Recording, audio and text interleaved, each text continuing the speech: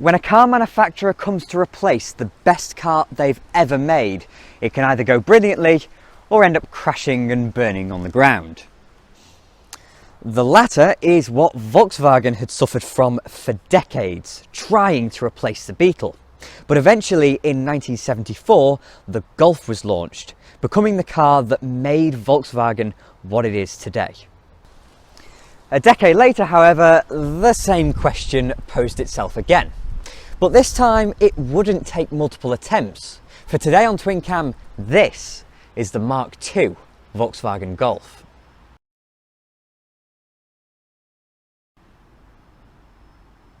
Volkswagen in the early 1970s was a troubled company. Every in-house developed vehicle was rear-engined, and compared to other huge European manufacturers, their cars just looked ancient. But within the space of only 3 years, a whole new range emerged following Fiat's engineering precedent and turning Volkswagen almost overnight from a producer of solid cars into a producer of great cars. Bookended by the Passat in '73 and Polo in '75, the one that became the icon was the middle runner, the original Golf. But with the company in such a weird position, the standard modern idea of model lifetimes wasn't something VW was thinking of. The success of these cars, and the Golf especially, caught them a little unaware, as there were no replacements being lined up. In fact, it took 5 years until 1979 for a Golf replacement to be green-lit. The challenge was to build on success, something they'd failed to do before. And so the planning of this new car was carried out exceptionally carefully. For the decades worth of rear-engine Volkswagens, replacements were thought about so long after the original car's introduction that very little stylistically could be carried over. Similarly, the speed of engineering advancements between the 1940s and 1970s was such that new cars were compromised from day one. For this second generation of front-engine Volkswagens, they worked quickly to ensure a smooth transition that could help the company advance alongside engineering and stylistic advances.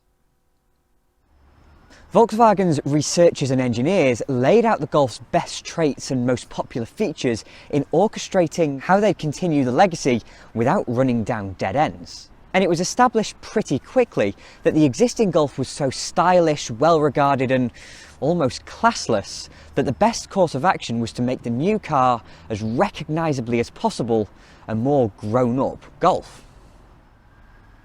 In that mould, the new Golf had to retain the Giugiaro-penned appearance of the original while growing up a bit, being more rounded and having a more 80s friendly appearance, while also becoming much more aerodynamically efficient. 10 designs were considered from a number of different sources, including Giugiaro himself. But the one that made it was from Volkswagen themselves, a shape that appeared a direct tribute to the original, while taking on a different, more mature character. There were no risks or opportunities taken with either the styling or the engineering of the Mk2 Golf. Not a single person on the planet, if you remove the badges from this car, would mistake it for anything but a Golf. Almost every stylistic touch is still there from the original, including the face, the shape of the doors, the thick C-pillar, and of course the overall silhouette. It's just chunkier, beefier and curvier. While I feel it therefore lacks the crispness that made the original so pretty, it doesn't surrender its style for any other reason than modernisation. The Mk2 Golf was among the first mainstream family cars to become properly curvy when it was launched in 1983. It followed the direction of the 1980s without sacrificing identity. The downside to this is the fact that it is so relatable to the original. The Mk1 Golf was pretty from every angle. The Mk2, taken on its own merits, isn't pretty, but it is still a good-looking car. The problem arises when you compare the two, and that just makes the Mk2 look fat. The growing curviness of the 1980s was for one reason: aerodynamic efficiency. Almost every manufacturer suddenly started caring about slippery shapes in a way they hadn't since the 1930s, and two cars typified this the most. The Ford Sierra and the VW Group's own Audi 100, both launched in 1982 with drag coefficients of 0.34 and 0.32 respectively. These two were lauded for their slipperiness, being so visually different to their predecessors. But the Mk2 Golf here, despite nobody really noticing, matched the Sierra's drag coefficient of 0.34.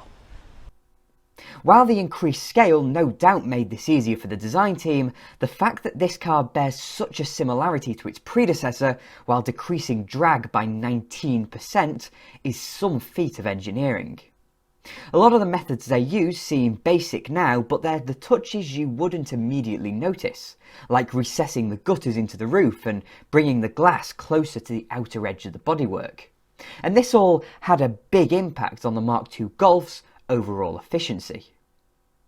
By making a car larger, more refined and more luxurious, you inevitably add weight, and with the Mk2 Golf, the story's no different. In fact, the Mk2 has a curb weight of 920 kilograms for the GTI, 80 kilos and nearly 10% more than the original. But thanks to that decrease in drag coefficient, the Mk2 became more economical than the Mk1. The forward march of engineering, ladies and gentlemen. This increased size did a number of things. First is the most obvious, and that's interior room. But that's a bit boring. So let's instead turn to the second effect, and that's on VW's freedom to alter the suspension. The recipe is of course the same, with McPherson struts at the front and a torsion beam at the back, the accepted Golf recipe that they nicked from Fiat. But everything is tuned so much better with nearly a decade's worth of progress. Thanks to the bigger body, they can increase suspension travel by 2.5 centimetres at the front and 1.2 centimetres at the back, both to make it comfier and more composed. Along those same lines are the engines. In the UK, you could have 4-cylinder overhead cam petrols between 1.3 and 1.8 litres, as well as a 1.6 turbo or non-turbo diesel, ranging between 50 and 90 horsepower. But the ones we're of course interested in are the hot ones like this GTI. The 1800cc 8-valve engine in this example is a modified version of the one you'd find in the original GTI, making about 110 horsepower. But to go alongside it was the Golf GTI 16-valve. When that engine was introduced in 1986, it was incredibly rare to find a 16-valve engine in a car like this. Most manufacturers leant towards forced induction to liven their cars up, but to retain drivability, VW decided that 16 valves would be the better option. And my word were they right. Turbocharged passenger cars of the 1980s may have been exciting, but they weren't half awkward to live with. Adding an extra camshaft and 4 valves per cylinder made the GTI an exception, and it was quicker than the likes of the Ford Escort RS Turbo thanks to an output of 140 brake horsepower. But that seemingly wasn't enough for Volkswagen, as in 1988 they did follow the route of forced induction but with a supercharger to create the Golf G60, pumping out 160 horsepower.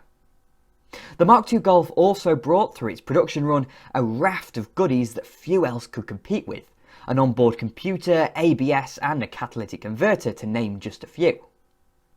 The thing about the hot Mk2 Golfs though is how refined and restrained they were compared with the competition. The equivalent Ford Escort, MG Maestro or Fiat Strada was a completely different beast, full of decals, extravagant body kits, spoilers, spot lamps and alloy wheels. The Golf GTI, however, like the one we have here, was available in an astonishingly modest spec. While it does have a bit of red pinstriping, a few GTI badges, quad headlamps and a very subtle black plastic body kit, much like the Scirocco GT we saw a couple of months ago, this all pales in comparison. Even the interior is conservative, with no cool seat patterns, red seat belts or Recaro badges plastered onto the backrests. It's a deeply conservative car, targeted at those comfortable in appearance and performance rather than shouting at you, like an Escort does. If there's one thing the original Golf loved, it was rusting. Now, every car of the 1970s rusted. It was just par for the course, but God did Golfs love to rust.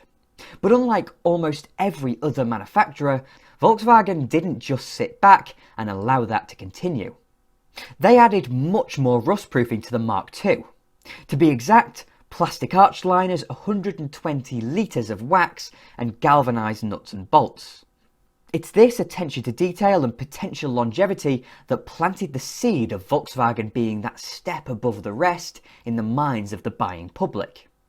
It's cars like this that made people think of Volkswagen in the way they do today. And alongside that, the relentless success of Volkswagen's advertising in the 1980s with adverts that made the Golf an everyman's car in a way nothing else could be.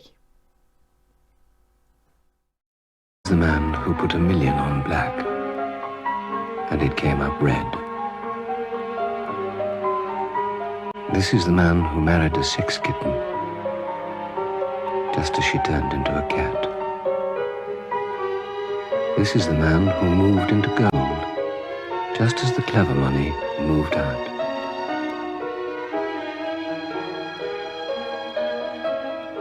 This is the man who drives a Volkswagen. Everyone must have something in life he can rely on. Taken on its lonesome, the Mk2 Golf can appear completely unremarkable. It doesn't look as sharp as the Mk1, doesn't handle as sharply as a Mk1, and it carries many of its engines from the Mk1. And a lot of the engineering doesn't move the concept on by nearly a full decade. But when you really dive in and see where VW did put the effort in, it all begins to make sense. The refinement, the practicality, the reliability, and the sensibility of the Golf put it ahead of all its frankly disappointing contemporaries.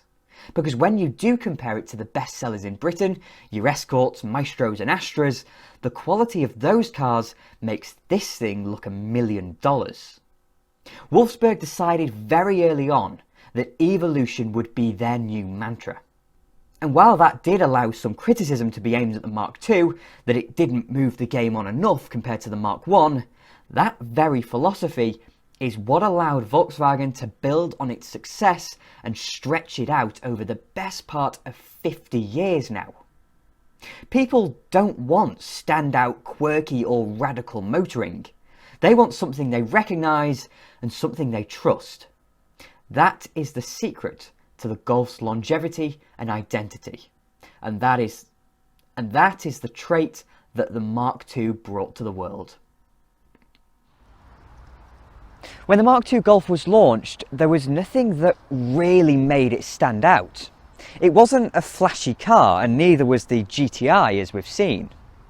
For flair, an Escort or a Maestro was much more up for the task, but the Golf was brilliant at just being a car.